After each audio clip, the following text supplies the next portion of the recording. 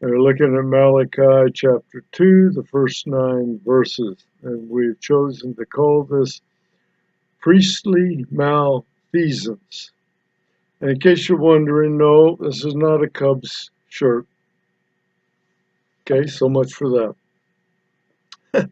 In this session, we're finishing God's arguments about Israel's failure to respect and honor him and the priestly corruption that contributed to it. Our passage begins this time with a direct order to the priests, and I'll read the first 6 verses of Malachi chapter 2. Now, you priests, this commandment is for you. If you do not listen and take seriously the need to honor my name, says the sovereign Lord, I will send judgment on you and turn your blessings into curses. Indeed, I have already done so because you are not taking it to heart. Verse 3. I am about to discipline your children and will spread offal, that's Offal, on your faces, the very offal produced at your festivals, and you will be carried along with it. We'll speak about offal in a bit. Verse 4, then you will know that I sent this commandment to you, so that my covenant may continue to be with Levi, which of course is a tribe from which all the priests come, says the sovereign Lord.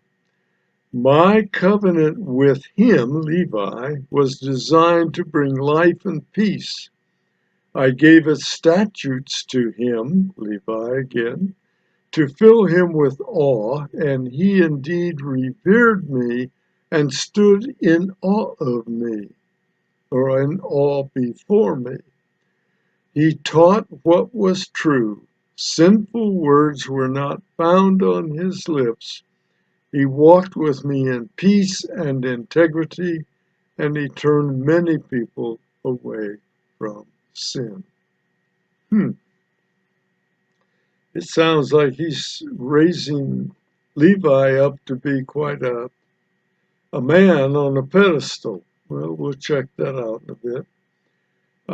The complete notion, by the way, of the covenantal blessings and cursings, in a sense, was introduced by Malachi in chapter 1, verse 14, but not by title. But anyhow, that complete list of blessings and cursings, as given by Moses to Israel before they entered the promised land, you find that in Deuteronomy 28. Now, blessings were the byproduct of faithfulness to the covenant, and curses were the result of judgment for unfaithfulness. And of course, God has been pointing out that the priests have been unfaithful. Verse 3 says that judgment of the priests will take place, and here's what it looks like. It says, well, the key ingredient seems to be offal, O-F-F-A-L again, which is the waste product, even the dung from the animal sacrifice, and that was supposed to be discarded outside the camp, even burned. So, offal had 2 characteristics. Number 1, it was unclean. Number 2, it was to be discarded outside the camp. Those factors are going to come into play here with the priests. For example, can a priest be unclean and still serve? Think about it. Let's look at Leviticus 16:27 to get an idea of the offal. It says, the bull of the sin offering and the goat of the sin offering, this is on the Day of Atonement, whose blood was brought to make atonement in the holy place, must be brought outside the camp.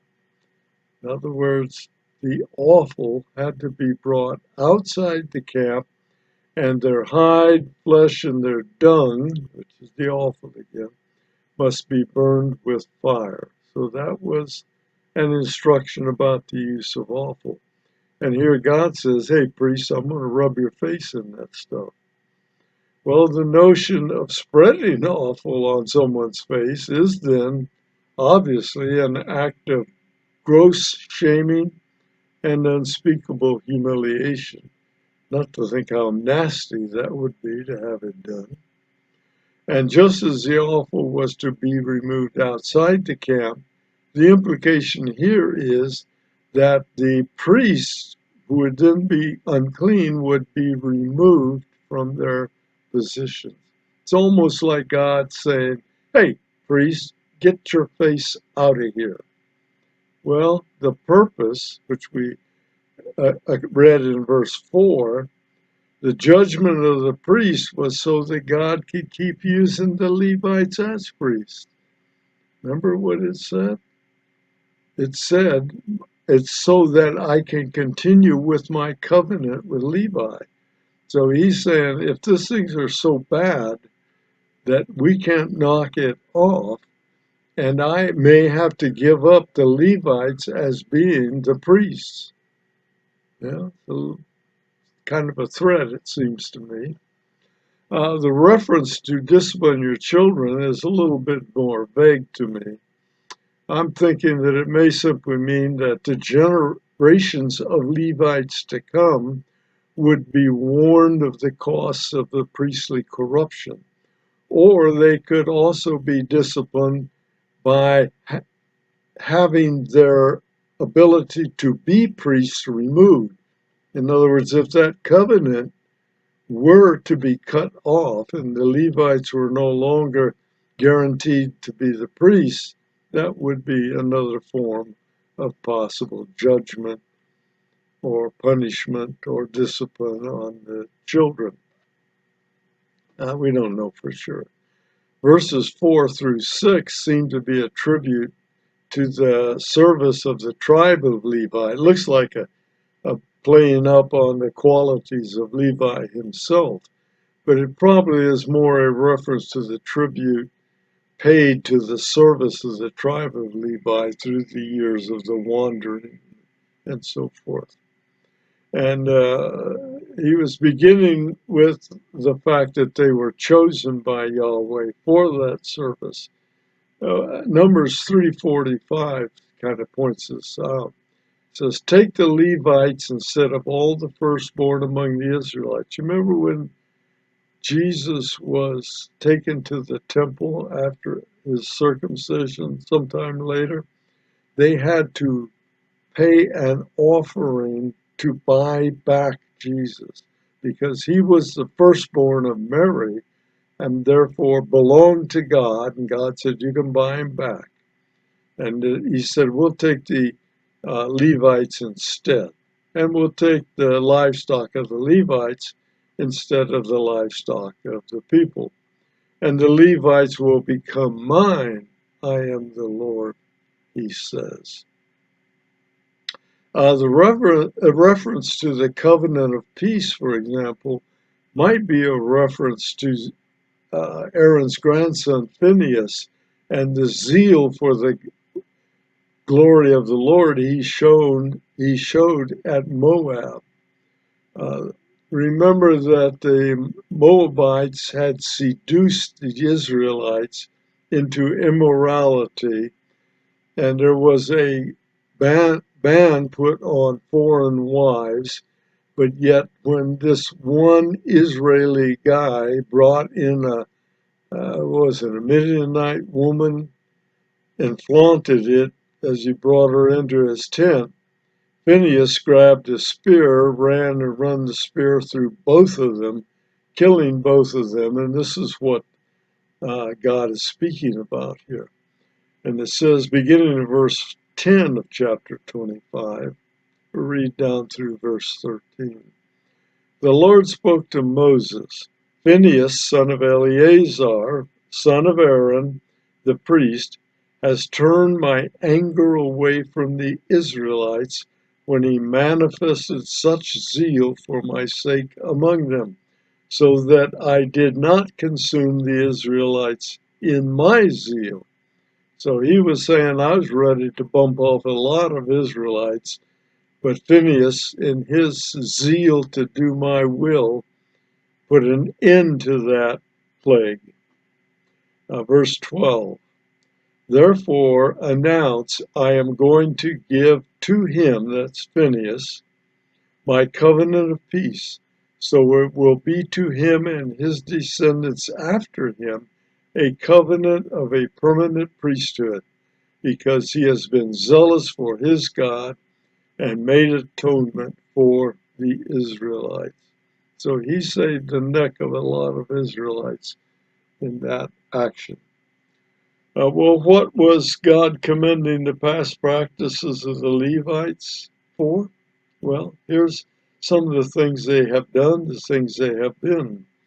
First, God said that they were bringing life and peace with God. They were honoring God. I'm looking back at those verses we just read. They were teaching the true words of the Holy One of Israel. They were walking with integrity, and they were turning people away from sin. Now, Jesus condemned the religious elite in the New Testament by pointing out what they had failed to do.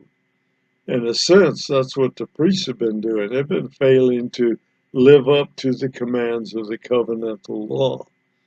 In Matthew 23:23, we read this: Woe to you, experts in the law, and you Pharisees, you hypocrites! You give a tenth of mint, dill, and cumin, yet you neglect what is more important in the law. In other words, they were nitpicking. They were doing some of the things the law required, but not everything. What were they missing? Well, God goes on: justice, mercy, and faithfulness. You should have done these things without neglecting the others.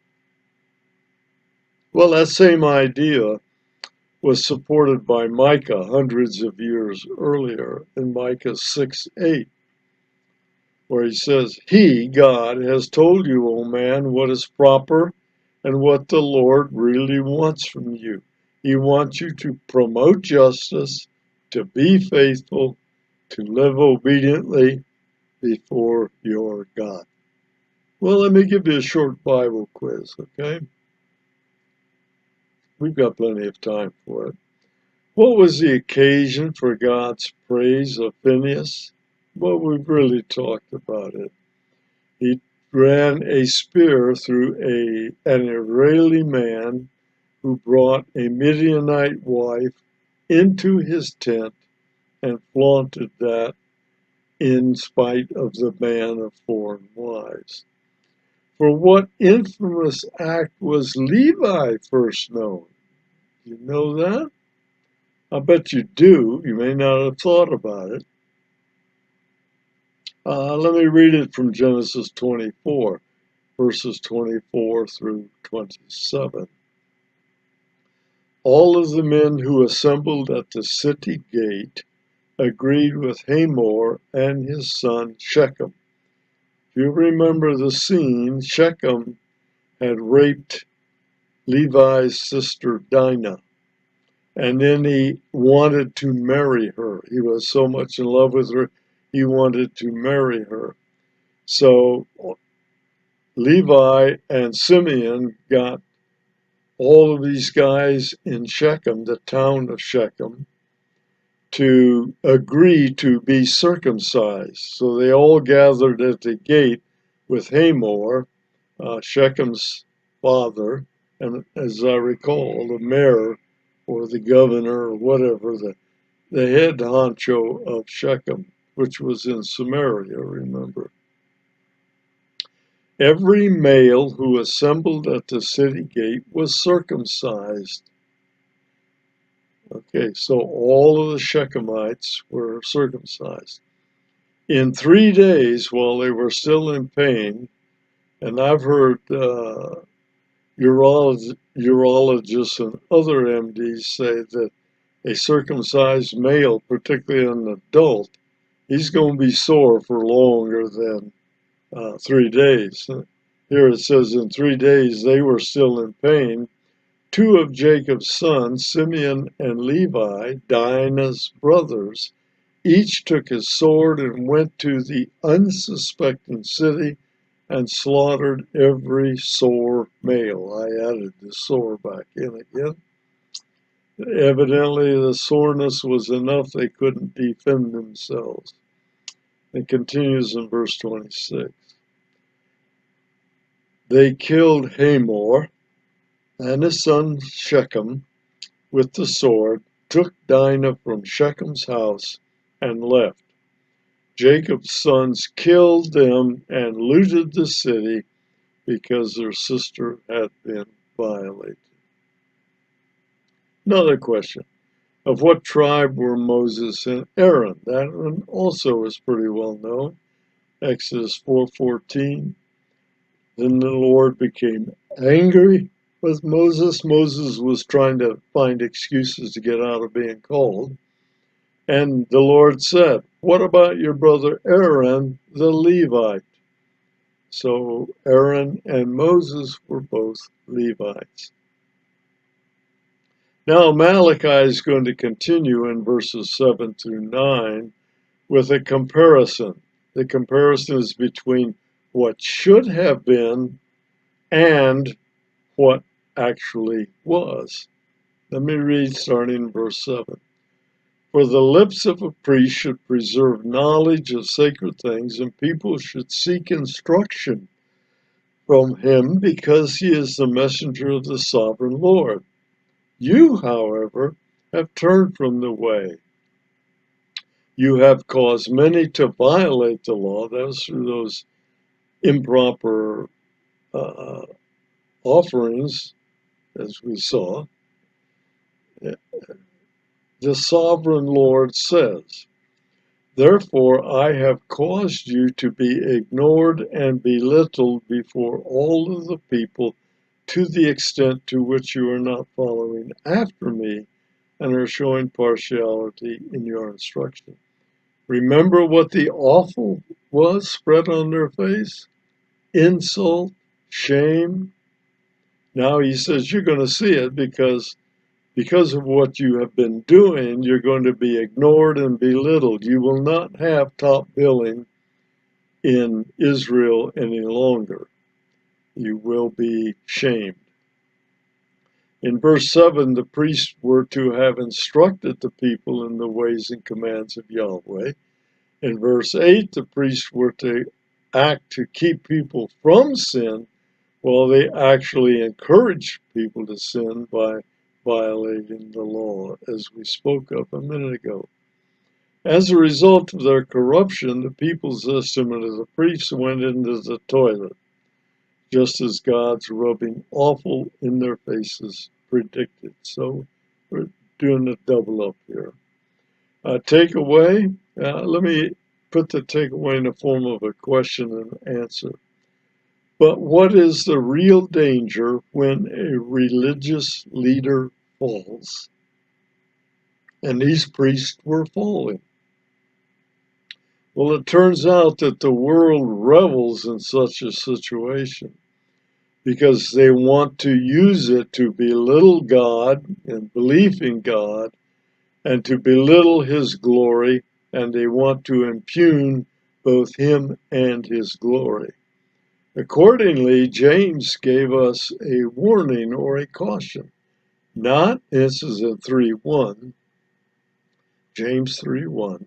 Not many of you should become teachers, my brothers and sisters, because you know that we will be judged more strictly. And that's what God was saying. The priests, you're not getting away with this. You're going to pay the price. Well, next time we're going to go to the third courtroom-like scene. And we're going to see how God sets it up, how the people respond and challenge him, and how God comes back and verifies and gives substance to his claim.